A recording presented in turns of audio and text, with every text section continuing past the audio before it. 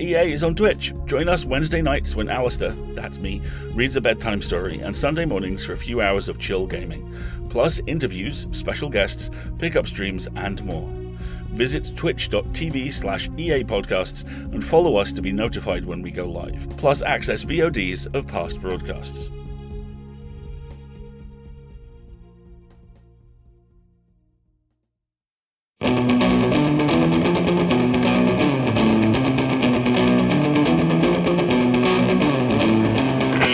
Escape Pod, Episode 932, The Walking Mirror of the Soul, by Renan Bernardo.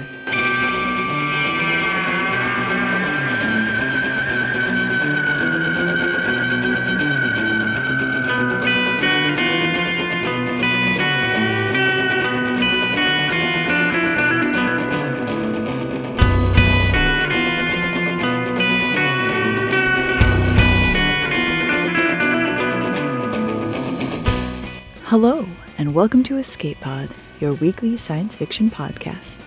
I'm Valerie Valdez, your host for this episode.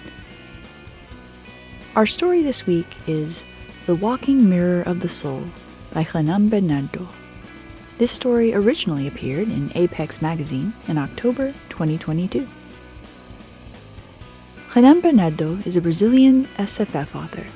His writing scope is broad, from secondary world fantasy to dark science fiction, but he enjoys the intersection of climate narratives with science, technology, and the human relations inherent to it. He has stories in Tor.com, Podcastle, Apex Magazine, and others. Our narrator, Julia Rios, is a queer Latinx writer, editor, podcaster, and narrator whose fiction, nonfiction, and poetry have appeared in Latin American Literature Today, Lightspeed, and Goblin Fruit, among other places. Their editing work has won multiple awards, including the Hugo Award. Julia is a co-host of This Is Why We're Like This, a podcast about the movies we watch in childhood that shape our lives, for better or for worse. They've narrated stories for Escape Pod, Podcastle, Pseudopod, and Cast of Wonders. They're OMG Julia on Twitter. Now, get ready for inner thoughts and feelings to become the writing on the wall, because it's story time.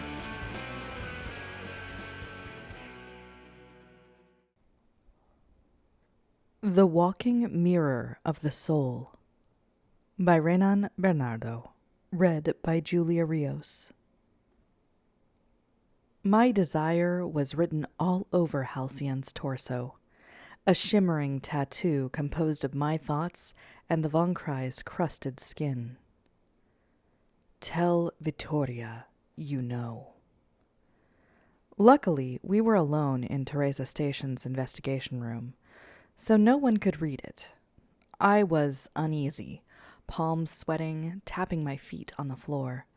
Normally, I met Von Cry in restaurants, in the sightseeing deck, or in the human Von Cry gatherings and conferences to restate our decade-long commercial and cultural partnership. In those places, their bodies were scrawled with everyone's thoughts in a mess of unidentifiable and overlapping scribbles translated from human minds to Von Cry bodies. Latin, Gujarati, Hangul, Cyrillic, Nsibidi, Arabic, and dozens of others from the Teresa Station human population. Mingled with our bulky and confusing thoughts, the Von Cry's own dot-like script were scattered all over their bodies, words and logograms hopping from body to body, untraceable even for those who knew how to read Von Crysch. But now my mind glared back at me from their body like a damn accusation. It was hard to even follow the Detective 101 tips, like maintaining eye contact and interpreting body language. On the other hand, those things wouldn't really work with Von Cry, or they would be hard enough even for me, Isabella Cardoso, Teresa Station's only investigator. I tried to think about something else instead of my fiancé. The case. Think about the damn case you're being paid to solve. So that those words were replaced, but they didn't shift. I shook my head and shifted my gaze from their body back to my compad, skimming over the case's file. Halcyon, can you repeat for the record what you saw in the Market District? Halcyon was my interviewee's chosen Earth name. Each of them picked one for the health of our relationship, just as we picked aliases in their language. Repeating, Halcyon said. I should be counting my blessings. Less than 4% of the Vongkrai had learned any of the Earth's languages, but Halcyon knew Portuguese. A male human with a knife stabbed the victim, grabbed an object, ran. I nodded, peeking at the picture of the dead man on my compad. His mouth was puckered in revulsion. His eyes popped open in a frightened expression. Jose Braga, a medical supplies vendor from Lorenzo Station, who had recently acquired a stall in Teresa. Seemed like a simple case of robbery with homicide. It had happened in the Market District, where the off-station goods flowed in and out. And wherever there was money, there was greed, and where there was greed, there could be bodies. The only witness? Halcyon, who was crossing the district at the time to the quarters deck, where they spent half of each month. Did you say you were eating caldo verde at the time? I said. Answering, yes. I licked my lips. The environment module of Teresa was probably operating at lower levels of humidity. Or maybe I was getting nervous with the job, which wasn't common, but hey, my fiancé had plans to move to Vladimir Station and hadn't even told me about it, so I had the divine right of being overly sensitive.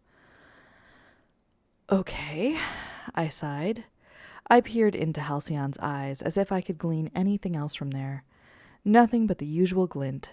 Having evolved in the Goldilocks zone of their system on a planet roughly the size of Earth with a similar atmosphere, the Vongkrai were like humans if you looked at them from a certain angle, but extremely different if you looked from every other angle. They had our humanoid bodies as a distant resemblance, but theirs were rough like a stone and had a flinty periwinkle tonality, like an untouched vein of amethyst. Their eyes ranged from pitch to crystalline waters. Their voices from whispers to drumbeats. Halcyon was a quiet one who spoke softly and hardly moved on the chair. If Halcyon were a human, I'd say they were extremely shy. Notifications popped up in the corner of my pad's screen. 2, 5, 7. Work time was work time, but only Vittoria sent multiple messages in a row. I tapped on the most recent message. Vittoria. Maravillosa. Can you bring pastel for dinner? Vittoria. From Queijo Supremo. Vittoria. And some soda, smiley face. Vittoria. And you, heart. Vittoria. Sorry, many messages. I know you don't like that much. Vittoria. Just one more. I promise to stop hitting enter. Vittoria. I have something to tell you. Asking.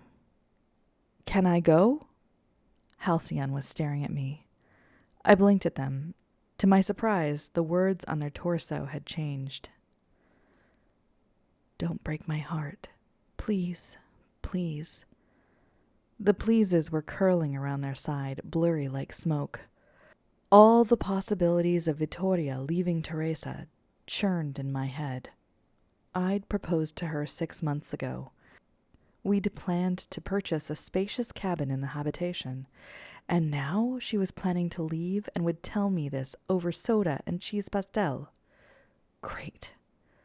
Just great. And I still had a murder to solve. All right, Halcyon. I stood and turned off the pad's screen. That will be all for today. I may have to contact you again. Asserting. You can contact me again. Halcyon stood half a meter taller than me. For now, I had to worry about my yet-to-come or maybe never-will-come marriage. And pastel.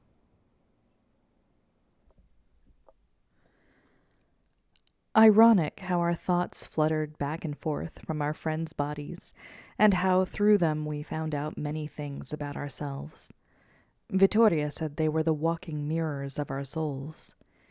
In a station like Teresa, with half-human, half-Vonkrai population, it wasn't rare to find yourself in an elevator with a Vonkrai, only to realize what you really wanted. It had been on the plummy skin of a Vonkrai that I'd discovered I wanted to propose. The words, "I need to be one with her," glistened on their body when I was strolling in a biosphere garden with Vittoria. She'd chuckled when she saw those words on the body of a passing Vonkrai, flaunting above other feebler thoughts. I never told her that thought was mine. Also ironic how I found out 6 months later that Vittoria was planning to leave me. I unintentionally eavesdropped on her conversation with her boss. She was in the mining business, in a management position, coordinating the operations in Orthal. And I knew that out here mines depleted and the business moved from place to place as easily as ships transporting goods from Earth. I just didn't think an engagement could deplete as easily. I'd thought of questioning her that day, but decided that the announcement should come from her. After leaving Halcyon in the investigation room, I shoved the murder back into the corner of my mind and bought us 7 pastéis, 3 cheese, 2 shrimp, 2 veggies. Our right proportion. I set the pastéis over the dinner table in our rented quarters, hands shaking, heart pounding fast, and waited for Vittoria to arrive. I knew what was coming, right? Our first serious fight after the engagement. She'd want to go to Vladimir. She'd have been offered an excellent position there, in that corner of the galaxy, in that tiny, sulfur-stinking station half a year away from Teresa. I wouldn't be able to go. There was no need for a detective in a place with 100 souls and a 0% crime rate. And there was no way we could cope with that much distance. We'd have to cancel our wedding. We'd have to cancel the plans for our cabin. "Hey, Maravillosa," Vittoria said when the doors slid open, joyful enough for someone who had something to tell. I nodded and pursed my lips just out of habit. She leaned to kiss me, bringing her scent of soft vanilla with traces of silver ore.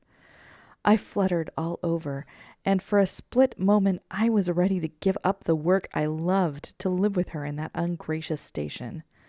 She just needed to ask. We could talk, right? We could arrange middle grounds for our relationship. It was expensive and tiresome to spend months hopping from station to station, but it was feasible. Vittoria took a bath and put on her pajamas, a loose shirt with pictures of Orthal. She had her locks tied up in a bun. We ate the pastéis, talked about our days. I told her all about Halcyon and how I had already investigated a list of suspects, but couldn't come to a conclusion. She told me how Orthal mines were depleting and how the drillers were just perforating hollow ground. I listened attentively, waiting for the moment when she'd spill out that she was going to leave. We had filled our bellies, but the moment didn't come.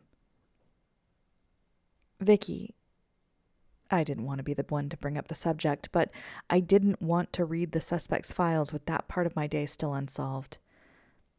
"You said you had something to tell me." I scanned her all over like I did when I was interviewing. She flinched, and I forced a smile. "You don't need to look at me like I'm a suspect, Maravillosa." She grinned, but her eyes evaded mine. "What I want to tell you is that I found a gorgeous VR rack set for our new cabin." Liar. I almost said it out loud. How I wanted to have a Vonkrai standing upright in the room, their naked body flickering with Vittoria's real intentions. "Why the grumpy face?" she said.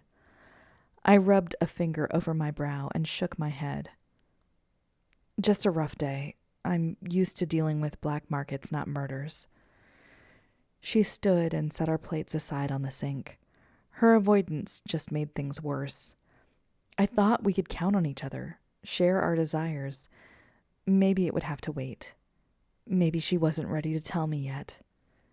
I wasn't okay with that, but I could go on. When we first met the Vronkai, 20 years ago, the anthropologist called them telepaths because our thoughts were transmitted to their bodies in ways we didn't grasp. But it wasn't fair to call it telepathy. They weren't consuming our thoughts, reading them, listening to them. They'd only know what we were thinking if they read their own bodies, or those of their fellows, which they never did, or if they did, never cared enough to pay attention. What they actually did was expose our thoughts, leave us naked. So the proper term, in my personal unscientific definition, unbacked by peers, was that the Vronkai were gymnopaths, from the Greek gymnos, meaning naked, and pathos, meaning feeling. It was my day off. I stood with Halcyon in silence, gazing at the sightseeing kilometric panel in front of us. I could still see my thoughts distorted on their body through the glass reflection, slowly rippling like waves made up of letters. You proposed to a liar. Luckily, the sightseeing deck with the sun rising over Orthal was packed with people, and among my thought was at least another dozen, the fiercest ones in people's minds. I hate this dry air. Take me to dinner. I love him so much. My side hurts. I should visit a doctor. Orthal is a gray ball of ugliness, but the blues of this sun are the most beautiful thing. Of course, I'd thought of that before calling Halcyon for a walk. Everyone did when meeting Vronkai, so sightseeing decks, restaurants, and markets were the ideal places. After we humans met the Vronkai, much was discussed to rethink space station laws. In the end, the wisest decision was to not change anything that would jeopardize the relationship and compartmentalize humans and Vronkai in different categories. "What is it like for you?" I asked. I'd brought caldo verde for them. Turned out that Vronkai loved human food, and Halcyon had told me they were a huge fan of my hometown food, Rio de Janeiro in particular. I'd bought the caldo verde so they knew that I wasn't there to interrogate them, to talk about the murder. Besides, it would be unethical for me to do that kind of questioning without a proper procedure. I was there only as a colleague living on the same station, and it was about time I went out with a friend. I wanted to keep a healthy distance from Vittoria, give her the space she needed to think about her decision. I mean, in your home, how did you feel reading each other's thoughts all the time? Halcyon sipped from the caldo verde bowl, asking instead of answering. How do you feel not reading each other's thoughts? Sane? I grinned at them. They didn't notice. I mean, there are times I wish I could just peek over someone's thoughts. It'd make things so much easier. But still, knowing that anyone could know what I'm thinking, it's creepy. The blue sun completely rose from behind Orthal. The glass dimmed so our eyes wouldn't hurt. I thought of inviting Vittoria to come, but that would be cheating, forcing her to walk alongside Halcyon so I could try to peek at her thoughts through their body. I still wanted to peek at mine, though, to know what I should do. In a way, being with the Vronkai was like meeting the Vidente at the beach back home, talking about the lines of life stamped on our hands like unreliable maps to our futures. Only the Vidente in the Vronkai's body was actually your own mind, speaking through words stamped on the bodies of a friend instead of this mess up here in my head. What is the definition of thought for you? I said. For the Vronkai. Answering, this is a concept you introduced to us. But how is this possible? You must have a word for it, anything. You're conscious beings, you're rational, you assemble ultra-fast sublight engines. What is the word for everything that happens inside your head when you're not voicing these things? Answering. Objects. They clinked their knobby, nailless finger on the caldo verde bowl. Objects? Like a bowl? Halcyon nodded. But we can't touch our... Halcyon slid a finger over the words leaking from their shoulder to their arm. This doesn't make sense.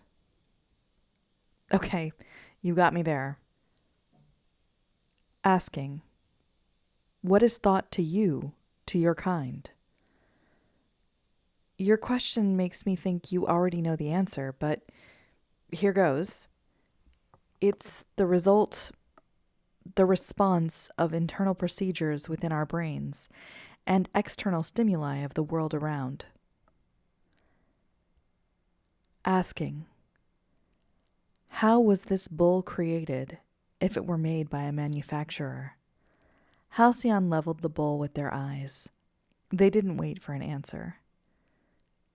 Explaining. This bowl would be the response of an idea in your head, which would require the employment of external matter and external actions to be real. I opened my mouth to speak, but I had no words. So, thought for you is the final product of a process, like anything else? Halcyon said nothing. Instead, they passed a finger inside the bowl and licked it.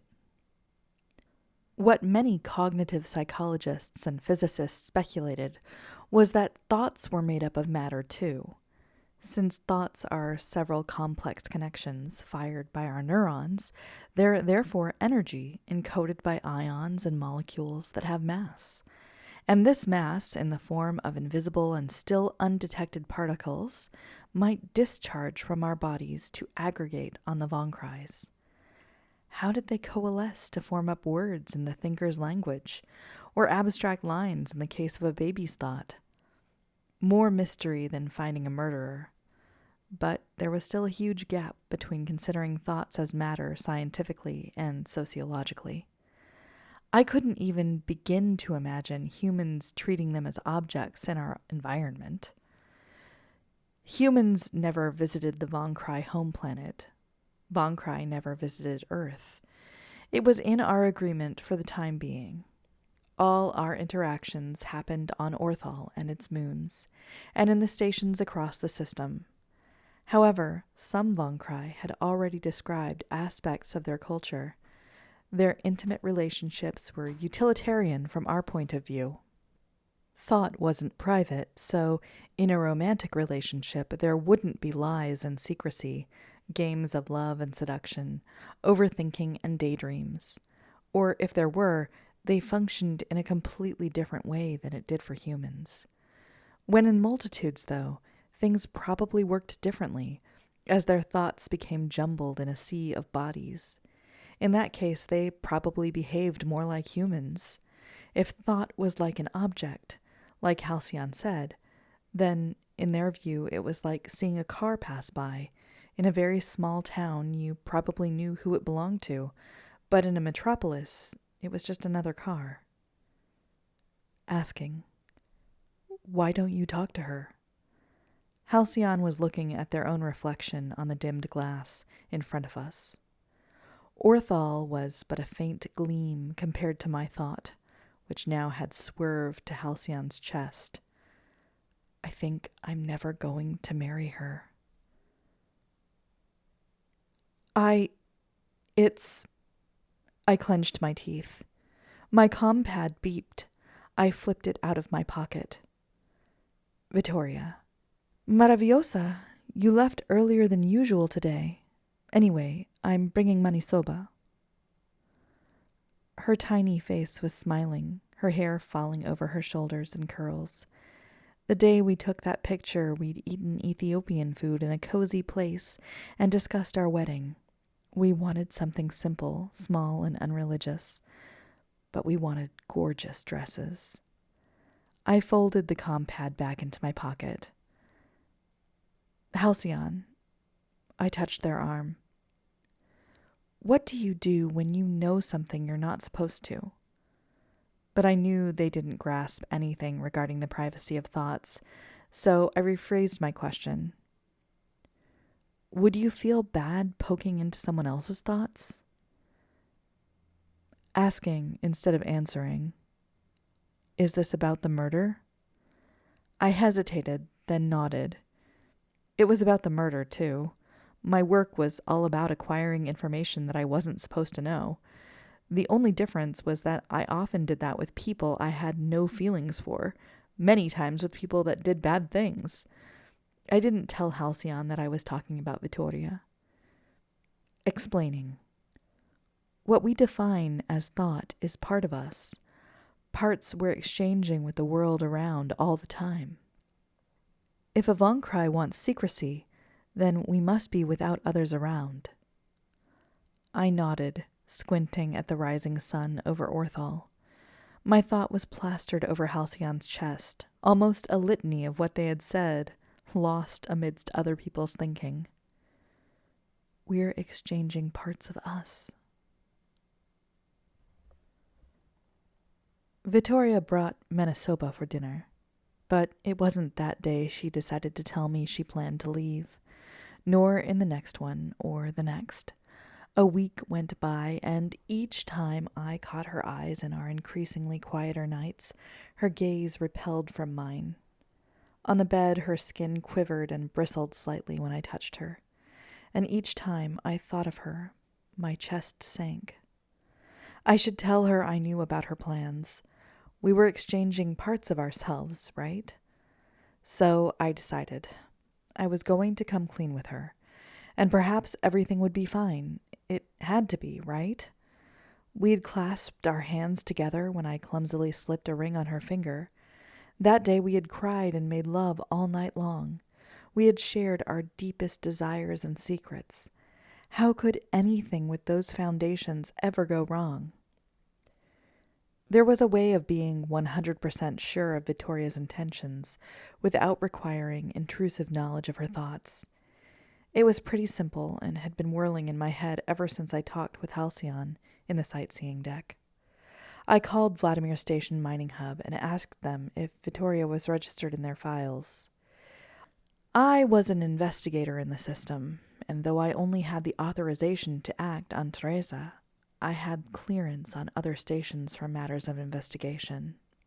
And yes, Vittoria was there, registered with Vladimir Station Mining Hub, only waiting for her first day of work. I didn't ask which day it was, not because I wasn't curious, but because I was frightened. And angry, yes. A hand shaking on the edge of my bed, the other gluing the compad to my ear. If Halcyon was there right now, they'd be swarmed with twinkling whys. Knowing Vittoria was registered and Vladimir wasn't the issue. Knowing she had arranged a first day to start working was what hurt. When Vittoria arrived later that day, I'd managed to re-sew the tatters of my composure, but she noticed right away there was something wrong. I stood in the middle of the living room with my hands in my pockets. She frowned at me, probably noticing I'd been crying.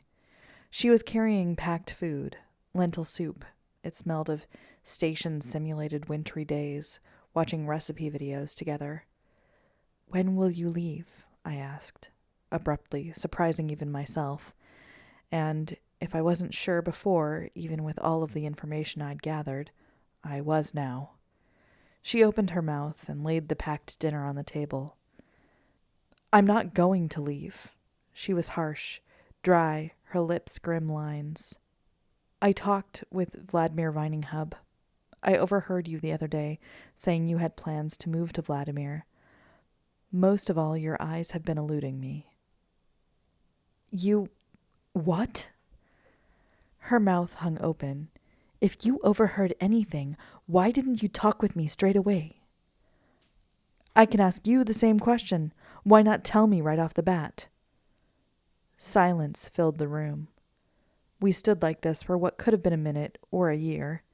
The lentil soup aroma quickly wilted into the blandness of staring at a gray planet outside the window. "I'm not one of your suspects," Vittoria said, voice hoarse in her throat. "I hate when you treat me this way." "And I'm not one of your oars," I said, anger boiling within me, palms sweating. "To be used and then discarded." I felt like a kid coming up with that comparison, and deep down I hoped to be wrong about her decision. I wanted to be crazy. "Yes, my head is a mess right now," Vittoria said, loosening her hair from the bun and pressing the tie tightly in her hands. "I was offered a very prestigious position at Vladimir, all I ever wanted." I crossed my arms and nodded, waiting for her to proceed. It was as if I'd unlocked her mind, not unlike I often did with criminals in interrogation rooms. I felt a bad taste in my throat. I sat, so I stayed at the same level as her. "They'd pay me better, and I would be doing what I really want to do." Vittoria's eyes were downcast, fixed on the floor. "I'd be coordinating all mining operations in that sector of the system, and could one day be coordinating all operations in the system itself. That's great, isn't it?" She fidgeted with the packed lunch. "Of course I accepted it," she said. "Wouldn't you, if someone offered you a position as the head investigator of the entire system?" "Well, don't tell me. I don't want to know. Don't need to know what's deep in your mind unless you want to tell me." I bit my lips and looked down. A kid washed in shame. Vittoria didn't remove the laminated paper from the soup. Instead, she picked up a card that was in a plastic envelope right beside it. "You know what else would be great?" she said. She was crying now. I hadn't seen her crying for a long, long while. The last tears I'd seen running down her cheeks and gently lying on her lips were tears of joy when I proposed. "It'd be great to send it all to hell because there are other things that were all I ever wanted." She slipped the card on the table, but I already knew what it was. The key to our cabin. I stood and stepped back, suffocating a shriek of frustration. "And you know what isn't great?" Vittoria said, finally looking back at me. "Not trusting each other." I sat on the couch, evading her gaze. The presence of the Von Cry among humans was enough for our thoughts to conform and veer into a certain direction. Perhaps with them walking among us, we wouldn't think the same things we would if they weren't there, but it didn't matter. They were there and wouldn't cease to be. They had changed the way we viewed our own minds and ourselves, and we probably did the same with them. In fact, we did that all the time among ourselves, subverting and squeezing and molding our thoughts depending on who was around us. Our thoughts were objects, but of a viscous kind, shifting and swishing all the time. I couldn't stay any more. I had Vittoria's thoughts weighing on my mind, a bulky, voluminous mass that didn't belong there. "I'm sorry," I muttered. Then I stood and left.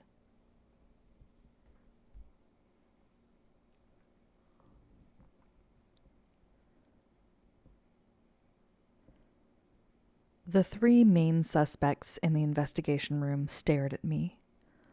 Ralph Molina, Erivaldo Nascimento, and Carollo Gomez.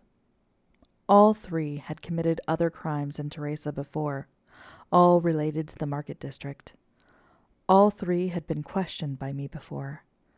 I didn't care which one committed the crime. I just wanted to rent a capsule bed and induce myself in cryo-nap for about 3 days. I did that sometimes in pre-Vittoria times when I wanted to forget everything and wake up later as if from a bad dream. "Come on in," I said, opening the door. Halcyon marched in, wearing a beige overcoat. "This is a friend of mine. Their name is Halcyon." All three suspects widened their eyes at Halcyon. Ralph frowned, probably deducing what I had in mind. "Do you like clothes now?" Carollo asked, pinching his lips. The first thing humans tried to do when we established a friendship with the Von Cry was to convince them to wear clothes. It wasn't due to any kind of puritanical guideline, but because we were too terrified to peek at our thoughts, our privacies, our deepest and most disturbing desires plastered on the rocky purple of their skin. When we realized they wouldn't get dressed to cover our thoughts, we managed to garble their skins by maintaining several human teams with Von Cry teams, so we couldn't read the imbricated thoughts of 10 or 20 people at the same time. But Halcyon had agreed to wear an overcoat today. It was their way of thanking me for the Caldo Verde. "You have committed crimes here in Teresa," I said to the three men. "You have robbed, blackmailed, smuggled goods to other systems, and brought illegal stuff from Earth. You made a mess here. Carollo and Arivaldo have already served sentences in the Moon Socio-Educational Complex. Yet you're always back, always here, still doing nasty stuff. But killing someone? I thought you had at least a code of conduct within your shady businesses." "Detective," Ralph said, stooping over the table, "if I can—" "Shut up!" I was acid. After our brief confrontation last night, Vittoria had left for Vladimir. I spent the night in a hangar deck hostel, staring at my compad screen, waiting for notifications, eyes dry and awake, the after scent of Vittoria's perfume, that protective, cuddly vanilla mixed with that vile, rifted scent of mine's, still teasing my nostrils, pulling me out whenever I dared to doze off. "One of you will go from this room straight to the moon," I said between my teeth. "And maybe the others will go as well. I just don't care." Ralph opened his mouth, but clamped his lips shut when I threw a furious look at him. "Halcyon," I turned to my friend, "please take off your overcoat." Halcyon gave me a look, as if asking if I was sure. I nodded, but I wasn't. They unbuttoned their overcoat. I closed my eyes. It was also the outcome of a process, our engagement. It required the employment of external matter and actions to become real. In many ways, all I'd been through with Vittoria was a thought. From our first meeting when I was investigating a case of corruption in Teresa Mining Hub, to our first night together eating pastés. What else? We were but the slivers of an idea then. Only a year later, we would become a full thought, ripe with interconnected neurons firing up. A rented quarter in the habitation deck, plans for a wedding and a cabin of our own, and memories of how the other talked, moved, smelled, and tasted. A thought I dared to shatter. I turned around and glanced at the three suspects without looking at Halcyon's body. They were gaping at it, though. "You're free to go," I said. My work was to collect evidence. Thought wasn't evidence. I will conclude this investigation at a later moment. I waited for them to leave. Only then I looked at Halcyon. "I only need my own thoughts." The words were tightened along their torso, hardly wavering. Asking, "Why did you do that?" I can't commit the same crime twice.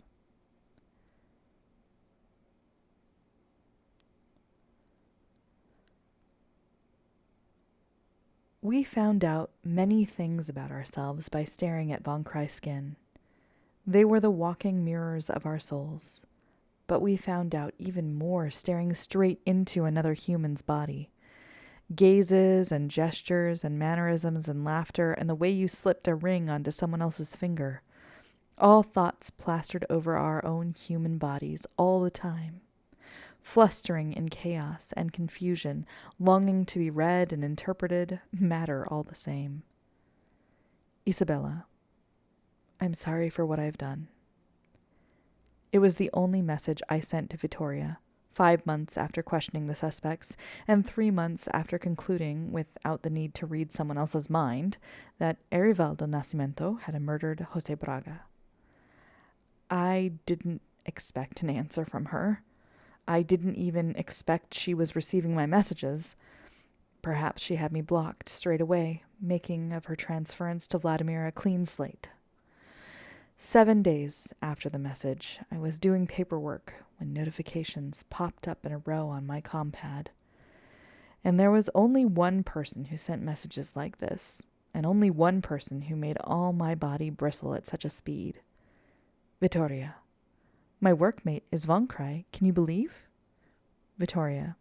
And I don't even need to see the words glistening on their body. Vittoria. I mean, to know what I want and need right now. Vittoria. Call me. Let's talk.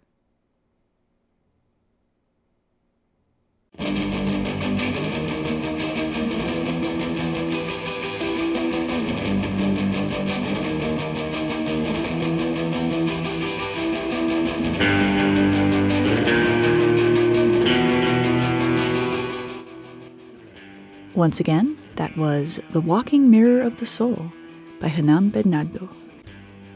Hernan had this to say about the story. I pondered for a while about how our feelings are results of our thoughts and memories. Every substance produced by our body is the result of the impulses generated by our neurons and of what happens inside our brain.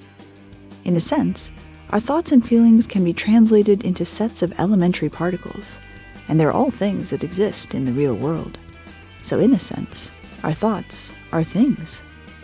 That was the logical reasoning behind the Vonkrai.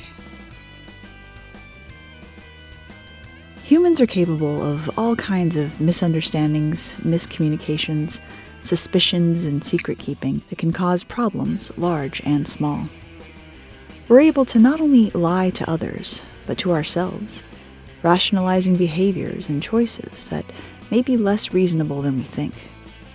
This story externalizes the internal, forcing people to confront their thoughts and feelings as presented on the nude bodies of aliens. This literal baring of the soul, however, doesn't make dealing with naked truths any easier. We hide, we evade, we avoid, we ignore, until such actions are no longer an option. Some mysteries, when solved, yield no satisfaction. Some secrets, when revealed, are like knives pulled from a bloody wound. And yet, as the characters learn in the end, painful wounds can eventually heal, to become the scars that write the stories of our lives on our own skin. Escape Pod is part of the Escape Artists Foundation, a 501c3 nonprofit, and this episode is distributed under the Creative Commons Attribution Non-Commercial No Derivatives 4.0 International License. Don't change it, don't sell it, please do share it. If you'd like to support Escape Pod, please rate or review us on Spotify, Apple Podcasts, or your favorite app. We are 100% audience supported, and we count on your donations to keep the lights on and the servers humming. You can now donate via 4 different platforms. On Patreon and Ko-fi, search for Escape Artists. On Twitch and YouTube, we're at EA Podcasts. You can also use PayPal through our website, escapepod.org. Patreon subscribers have access to exclusive merchandise and can be automatically added to our Discord, where they can chat with other fans as well as our staff members. Our opening and closing music is by Daikaiju at daikaiju.org. And our closing quotation this week is from Machado de Assis, who said, "A man's eye serves as a photography to the invisible, as well as his ear serves as echo to the silence." Thanks for joining us, and may your escape pod be fully stocked with stories.